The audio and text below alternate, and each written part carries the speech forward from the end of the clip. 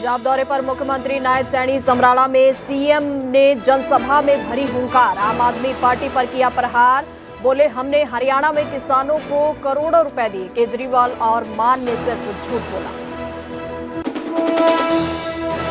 माछीवाड़ा साहब के ऐतिहासिक गुरुद्वारे में सीएम नायब सैनी की अरदास। गुरुओं को भी सीएम ने किया याद। बोले गुरुओं ने समाज को दिशा दी, उनका सम्मान जरूरी।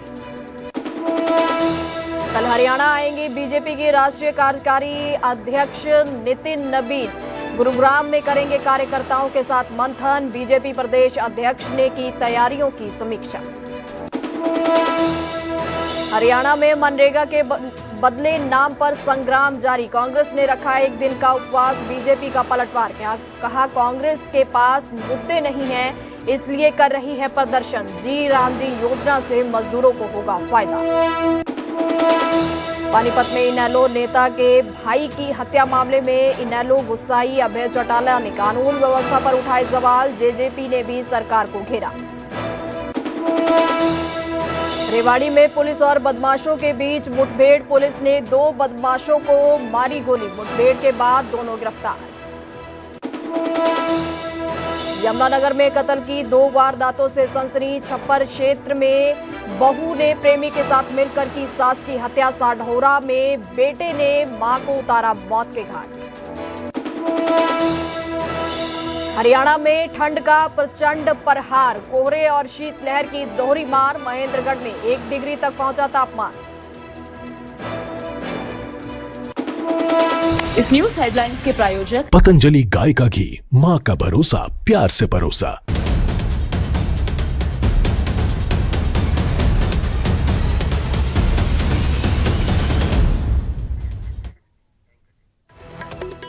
नमस्कार, न्यूज 18 पंजाब हरियाणा देख रहे सभी दर्शकों का स्वागत है। मैं हूं आपके साथ प्रीति पॉल। बुलेटिन की शुरुआत करते हैं।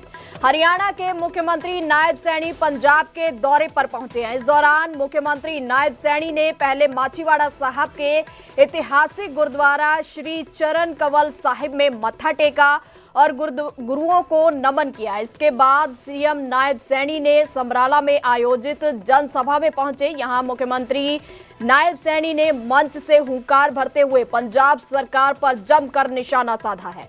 वहीं इससे पहले सीएम नायब सैनी ने माछीवाड़ा में गुरुओं को नमन करते हुए कहा कि गुरुओं ने समाज को दिशा दिखाने का काम किया है, उनका सम्मान जरूरी है। तो बता दें कि आज हरियाणा के मुख्यमंत्री पंजाब पहुंचे हैं, जिनकी तरफ से समराला का दौरा किया गया।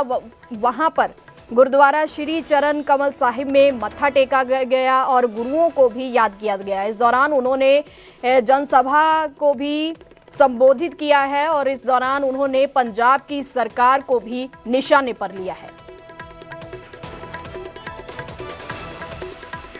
माछीवाड़ा साहब गुरु चरण कमल ते अज सीस नवाण का मौका मिले है। गुरु गोबिंद सिंह जी जिन्हों ने इस थां ते बड़ी तपस्या की है और इस थां ते आकर के उन्हों के चरणों दे विच आज मुझे ये शीश नवाण का मौका मिला है। मैं बहुत ही अपने आप को गौरवान्वित महसूस कर रहा हूँ। गुरुआ ने इस देश समाज धर्म लई जो बड़ियां कुर्बानियां दित्तियां ने, इतिहास उन्होंने सदा सदा लई स्मरण करेगा। ये साडे लई गर्व की गल है कि गुरुआं दे उन्हां दी शिक्षाएं, उन्हां दे बलिदान जो गुरुआं ने दिते ने, उन्हां दे कारण ही असी इस आज़ादी दे विच सांस ले रहे ने। अज मेरे लिए बड़ी फख्र की गल है कि इस ऐतिहासिक जगह जिथे गुरु गोबिंद सिंह जी इस थां ते रहे ने, ये माछीवाड़ा का ऐतिहासिक स्थल जिन्हों गुरु दे जिते चरण कमल पड़े ने, ਅੱਜ ਉੱਥੇ ਆਉਣ ਦਾ ਮੌਕਾ ਮਿਲਿਆ ਹੈ। ਉਸ ਇਤਿਹਾਸ ਨੂੰ ਜਾਣਨ ਦਾ भी मौका मिले है कि जिस थां पे गुरु गोबिंद सिंह जी ने रह करके यहाँ कठोर तपस्या और इत्थे जो अज भी जिस पेड़ दे नीचे बह के उन्होंने समाज नूं एक शिक्षा दी है, जिथे वो यहाँ रह करके उन्होंने जो भी इस स्थान पे काम किए ने उन्होंने नज़दीक से जान का इस थां पे मौका मिले। देखिए, मैं बहुत दी गल दे विच तो नहीं जाना चाहना, क्योंकि मुझे ऐसा लगता है कि कुछ लोग इस प्रकार दी गल्लां करके वो अपनी राजनीति नूं चमकाउणा चाहते हैं, क्योंकि गुरुआं दा वो इतिहास, गुरुआं ने जो कुर्बानी दी है, उन्हां दे कारण ही असीं अज इस थां ते बैठे हैं। अगर गुरु वो कुर्बानियां ना देते शायद इतिहास कुछ और होता, क्योंकि गुरुआं ने जो हमें शिक्षा दी है, जो उन्होंने साडे लई संघर्ष किए ने, उन्होंने जो देश और समाज की रक्षा लई अपने आप नूं कुर्बान कर दिता है, उन्हां दे लई तो बोलण दी तो बहुत बड़ी गल है, परंतु सोचना भी बड़ा, उन्हां दे गलत सोचना भी बड़ा पाप है। क्योंकि मैं देखदा कि वहाँ दे इन्हां दे जो विपक्ष दी नेता दिल्ली दे, उन्होंने भी इस प्रकार की गल की है, इत्थे यहाँ भी की है। तो मैं इहदे विच कुछ नहीं कहना चाहता, क्योंकि गुरुआं ने जो हमें शिक्षा दी है, हमें उसको अपने जीवन में उतारना चाहिए और गुरुआं ते दिखाए हुए मार्ग पे असीं चलीए, जिथे उन्होंने कल्पना की सी कि समाज कैसा हो, समाज सुरक्षित हो, उन्हां दी सुविधा लई असीं की कर सकते हैं, उहदे लई विचार करना चाहिए। ऐदी इस प्रकार की गल्लां नहीं करनी चाहिए। इतिहास विच कहीं ना देखण नूं मिलदा है ना सुनन नूं मिलदा है कि परिवारां ने कुर्बानियां दित्ती होण, और जब परिवारां ने कुर्बानियां दित्तियां तां तां असीं इस थां ते बैठे हैं, नहीं तो इतिहास ही कुछ और होना था। देश के गृह मंत्री आदरणीय अमित शाह जी ने वीर बाल दिवस से जो गल की है, वो बड़ी गल की है। उन्होंने अपने उद्बोधन विचों जदों वो गुरुओं दे उन्हां दे रास्ते दी जो उन्होंने रास्ता दिखाया सी, जो उन्होंने शिक्षाएं दी, जो उन्होंने कुर्बानियां दी, उस पर गल कर रहे थे। और उन्होंने कहा है कि अगर गुरु तेग बहादुर जी, गुरु गोबिंद सिंह जी, हमारे साहिबजादे अगर ये कुर्बानियां ना देते शायद इतिहास कुछ और होता। उन्हां दी ही कुर्बानियां जिदे कारण असी इस खुले वातावरण विच घूम रहे ने, उन्होंने बड़ी कुर्बानियां दी है। अज तक इतिहास दे विच पूरी दुनिया दे कहीं भी यह देखने नूं या सुनने नूं नहीं मिलता कि इतनी बड़ी कुर्बानी किसी परिवार ने जीती हो। अब रुक करते हैं अगली खबर का। बीजेपी के राष्ट्रीय कार्यकारी अध्यक्ष नितिन नबीन कल हरियाणा आ रहे हैं। गुरुग्राम में कार्यकर्ताओं के साथ बैठक करेंगे नितिन नबीन। तो नितिन नबीन के दौरे को लेकर बीजेपी ने पूरी तैयारियां की हैं। गुरुग्राम में हुई बीजेपी की जिला कार्यकारिणी बैठक हुई है, उसमें सभी तैयारियों की समीक्षा ली गई है। बीजेपी प्रदेश अध्यक्ष मोहन लाल बड़ौली ने चर्चा की है। तो बता दें कि कल बीजेपी के राष्ट्रीय कार्यकारी अध्यक्ष नितिन नबीन हरियाणा आएंगे और कार्यकर्ताओं के साथ गुरुग्राम में बैठक करेंगे।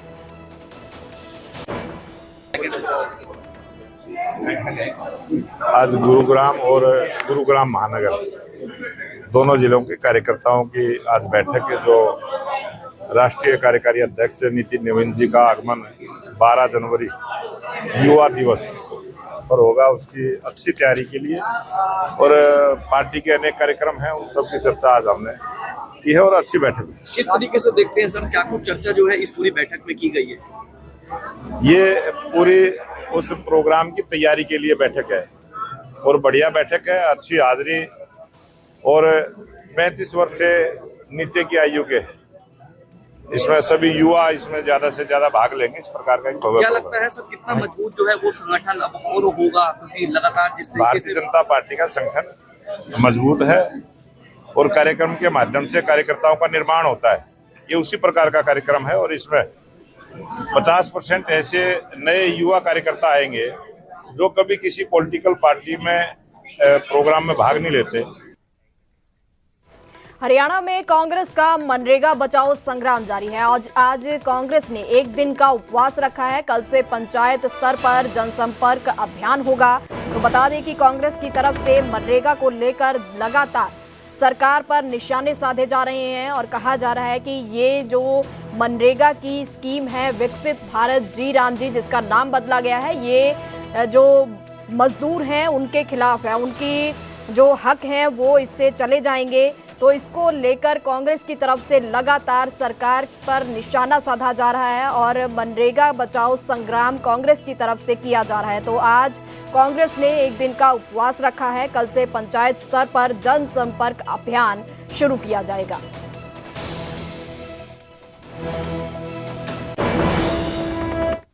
एक और कांग्रेस मनरेगा को लेकर उपवास पर है तो दूसरी ओर बीजेपी इसी कांग्रेस की मुद्दाविहीन पॉलिटिक्स बता रही है और अब इसको लेकर हरियाणा में सर्द हवाओं के बीच सियासत की तपश भी बढ़ती जा रही है। ये रिपोर्ट देखिए।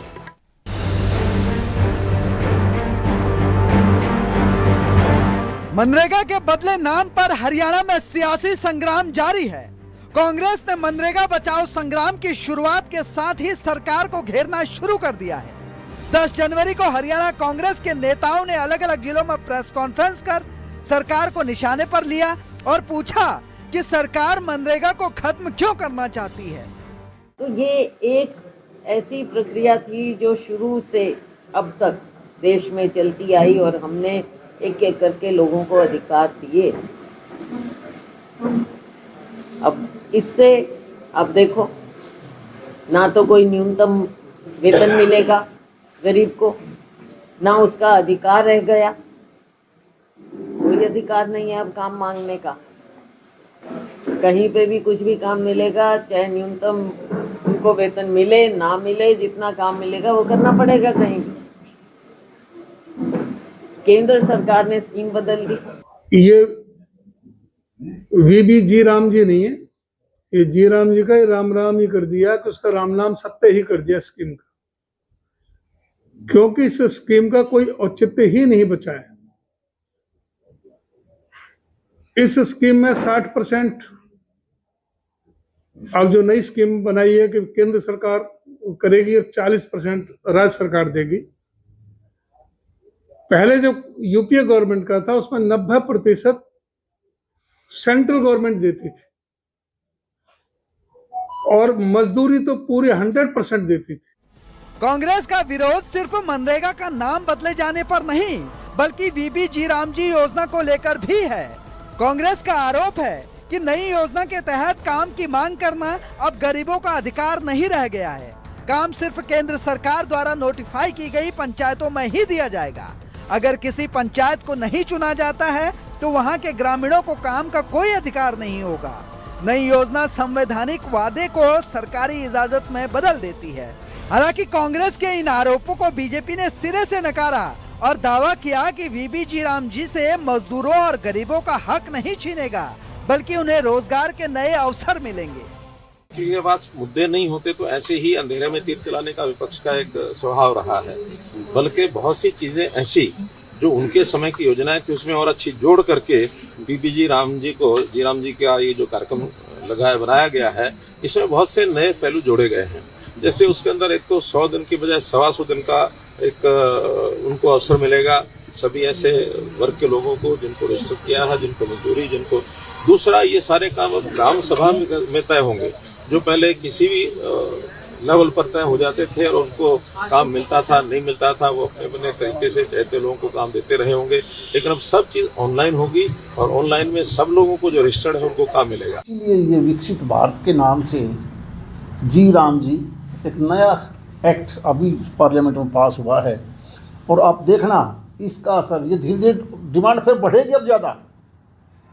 इनमें पहले केवल 100 दिन का काम था, अब 125 कर दिया, फैसला लिया तो इसका सबने स्वागत किया है। कांग्रेस को एक अलग सी दिक्कत है, कभी तो वो वोट चोरी की बात उठा लेते हैं, कभी वो ये जो इलेक्शन कमीशन आजकल देखने लग रहा है कोई बारिश है भीतरी है, 2 वोट कौन बनवा रहा है, 4 कौन बनवा रहा है, उनकी छानबीन आज से नहीं शुरू से होती है। बीजेपी ने कांग्रेस के आरोपों का जवाब कई बार दे दिया है, लेकिन अभी तक कांग्रेस इससे संतुष्ट नहीं हो पाई है। नतीजा ये हुआ कि कांग्रेस ने 1.5 महीने तक इस योजना के विरोध में कार्यक्रम तय कर दिए हैं और सरकार को घेरने के लिए कमर कस ली है। Bureau report, news 18 Punjab Haryana. अब आगे बढ़ते हैं और बात करते हैं हरियाणा कांग्रेस की। हरियाणा कांग्रेस में एक बार फिर से गुटबाजी देखने को मिल रही है। विजेंद्र सिंह की यात्रा पर उदय भान की तरफ से ये बड़ा बयान दिया गया है। उन्होंने कहा है कि ब्रिजेंद्र सिंह की यात्रा व्यक्तिगत यात्रा है, जिला अध्यक्ष भी पहुंच गया तो समझो सब पहुंच गए हैं। तो हरियाणा कांग्रेस में एक बार फिर से गुटबाजी देखने को मिल रही है। ब्रिजेंद्र सिंह की यात्रा पर उदय भान की तरफ से यह बड़ा बयान दिया गया है। उन्होंने कहा है कि ब्रिजेंद्र सिंह की यात्रा व्यक्तिगत यात्रा है, अगर जिला अध्यक्ष भी पहुंच गया तो समझो सब पहुंच गए हैं। सबका एक तो ये है कि जो ये हमारा कार्यक्रम AICC से PCC से सारे मीटिंगों में सब में फैसला होकर के ये कार्यक्रम है।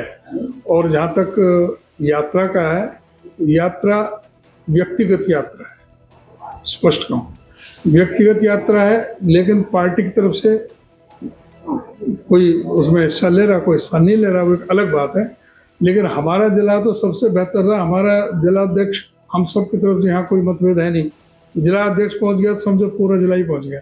हमारे जिले की तरफ से सबका ही सभी उसमें शामिल हो गए।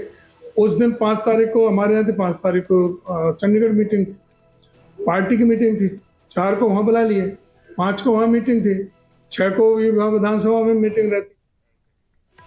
हरियाणा में नगर निकाय चुनाव का शोर भी शुरू हो गया है। 3 नगर निगमों में चुनाव होने को हैं, जिसको लेकर बीजेपी ने भी अपनी रणनीति बनानी शुरू कर दी है। केंद्रीय राज्य मंत्री कृष्णपाल गुर्जर ने बताया है कि निकाय चुनाव के लिए बीजेपी तैयार है और निगम के चुनाव बीजेपी पार्टी सिंबल पर ही लड़ेगी। भारतीय जनता पार्टी तो हमेशा नगर निगम तो सिंबल पर लड़ती है और नगर परिषद, नगर पालिका, वहाँ की लोकल यूनिट जैसा फैसला करती है, सिंबल से लड़ना है नहीं लड़ना है, उस स्थानीय यूनिट पर, जिले पर छोड़ दिया जाता है। वो जो फैसला करते हैं पार्टी उसी। आगे बढ़ते हैं और बात करते हैं रेवाड़ी की। रेवाड़ी में पुलिस और बदमाशों के बीच मुठभेड़ हुई है। पुलिस की गोली लगने से 2 बदमाश घायल हुए हैं। मुठभेड़ के बाद पुलिस ने दोनों को पकड़ा। बदमाशों पर हत्या के प्रयास और लूट के मामले दर्ज हैं, जिसके तहत पुलिस की तरफ से यह कार्रवाई की गई है। रेवाड़ी में पुलिस और बदमाशों के बीच मुठभेड़ देखने को मिली है, तो पुलिस की गोली लगने से 2 बदमाश जो हैं घायल हुए हैं, तो पुलिस ने इन्हें गिरफ्तार किया है।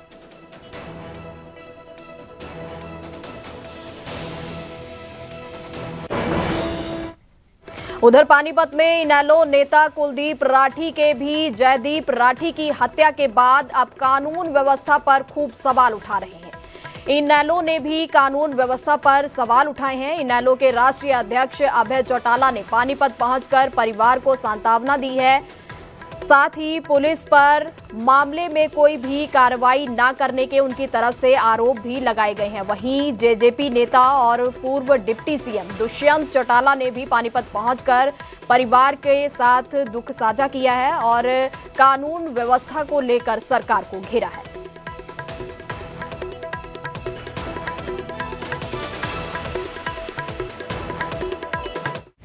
क्राइम हो। अगर समय रहते प्रशासन की तरफ से इस पे एक्शन लिया जाता है तो ये हादसा नहीं होता। फिर कहीं ना कहीं बदमाश की हिम्मत नहीं बढ़ती। जब वो पहले कब्जा करने आए थे, जब उस वक्त इन्होंने दरखास्त दी थी, तभी ही पुलिस को कार्रवाई करनी चाहिए थी। जब एक चीज को रजिस्ट्री हो चुकी और किसी ने दूसरी जगह बेच दिया, तो जब बेचा तो उसको पकड़ा क्यों नहीं? किसकी वजह से छोड़ा? कौन इसका जिम्मेवार है? पुलिस को उसकी तह तक जाना चाहिए, वो चीज सामने आनी चाहिए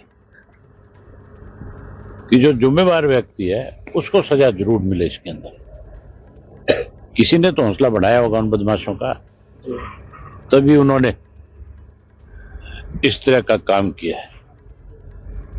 इससे परिवार की बात नहीं, कोई भी संतुष्ट नहीं हो सकता। जो जिस तरीके से उसको विश्वास में लेकर के मर्डर किया गया और जिस तरीके से पुलिस और प्रशासन जो है जिसने कोई कार्रवाई नहीं की। ये है, आप सब बड़ी अच्छी तरह जानते हैं कि लॉ एंड ऑर्डर की स्थिति प्रदेश में क्या है, और अभी भी एक अक्यूज्ड गिरफ्त में नहीं आया।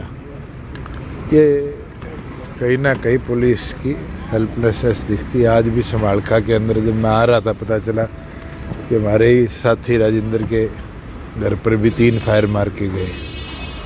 इस तरह के घटनाक्रम का बढ़ता लॉ एंड ऑर्डर की सिचुएशन को दर्शाता है। और मैं तो कुलदीप जी हमारे पुराने साथी रहे हैं, पूरे परिवार को परमात्मा शांति दे।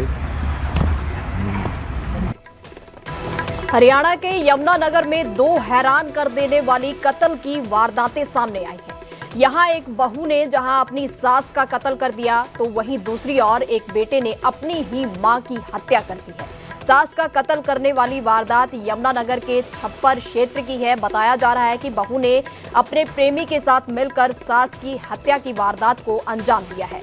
वहीं दूसरी वारदात साढौरा के श्यामपुर गांव की है। यहां बेटे ने अपनी ही मां की हत्या कर दी है। हत्या के पीछे की वजह महज इतनी थी कि बेटा गांव की ही एक लड़की से शादी करना चाहता था और मां ने मना कर दिया, तो उसकी तरफ से इस वारदात को अंजाम दिया गया। तो उसमें हमें पता लगा कि जो मृतका की बहू थी, यानी लड़के की वाइफ थी जितेंद्र की, शिवानी, उसी ने ही अपने प्रेमी राजेश के साथ मिलके उसका कत्ल किया था घर में।